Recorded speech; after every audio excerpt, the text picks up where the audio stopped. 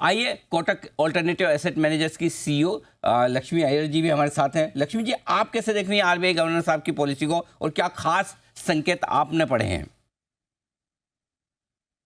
Good morning Anil ji. तो ऐसा कोई खास पॉजिटिव या नेगेटिव फैक्टर्स जो कि हमको पता नहीं थे, ऐसा कुछ हमने आज नहीं देखा पॉलिसी के तहत।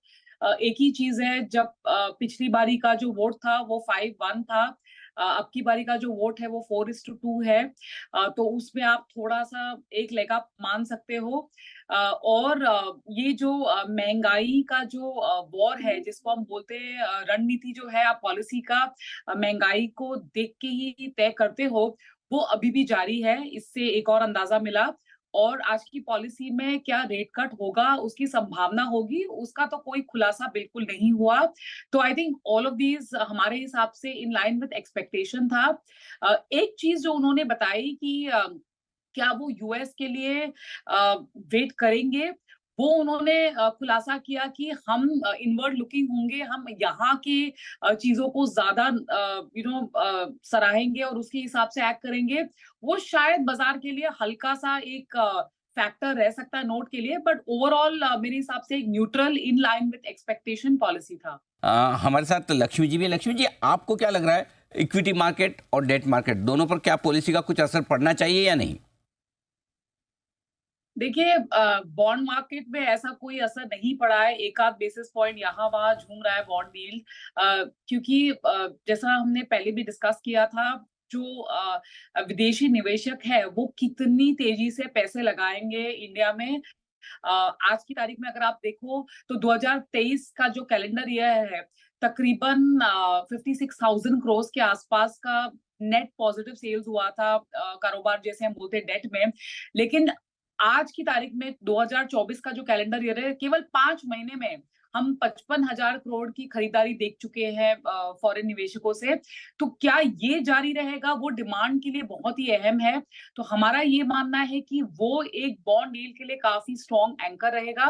और अगर हम शेयर बाजार की अगर हम बात करें तो आज की तारीख में जो वो पॉलिटिकल अनसर्टेनिटी है वो निकल चुकी है, लेकिन बजट में किस तरीके का आउटले होगा कैपिटल एक्सपेंडिचर की तरफ, तो एक सेक्टर स्पेसिफिक मार्केट में मूवमेंट आएगी, ना कि हर ब्रॉड मार्केट में। आप इंडेक्स लेवल में देखना अब थोड़ा मुश्किल है, क्योंकि हर चोटी पर जैसे जैसे आप नए नए लेवल्स तय करते जाते हो, उतनी ही आपको ऑब्वियसली एक्स्ट्रा चढ़ाव के लिए ऑक्सीजन की जरूरत पड़ेगी। तो ये बहुत ध्यान रखनी जरूरी है कि सेक्टर स्पेसिफिक रोटेशन और स्टॉक स्पेसिफिक रोटेशन जारी रहेगा।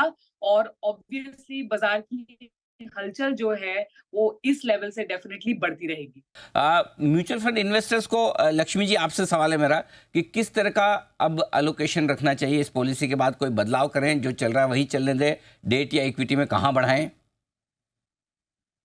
कोई बदलाव करने की जरूरत नहीं है। जैसे चल रहा है आपका पोर्टफोलियो वैसा ही चलने दे। आज के इवेंट के चलते क्या कोई बहुत ज्यादा आपको पोर्टफोलियो में डिफरेंशिएशन करने की जरूरत है? बिल्कुल भी नहीं।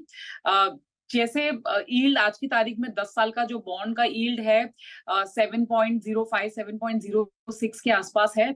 हमारा ये मानना है आने वाले कुछ महीनों में ये जो यील्ड है नीचे की तरफ ट्रेजेक्टरी वाइज दिखा सकता है। तो जहां पे भी आपका फिक्स्ड इनकम पोर्टफोलियो है, आप थोड़ा उसको उसमें ड्यूरेशन बढ़ा सकते हैं ये लेवल्स पर।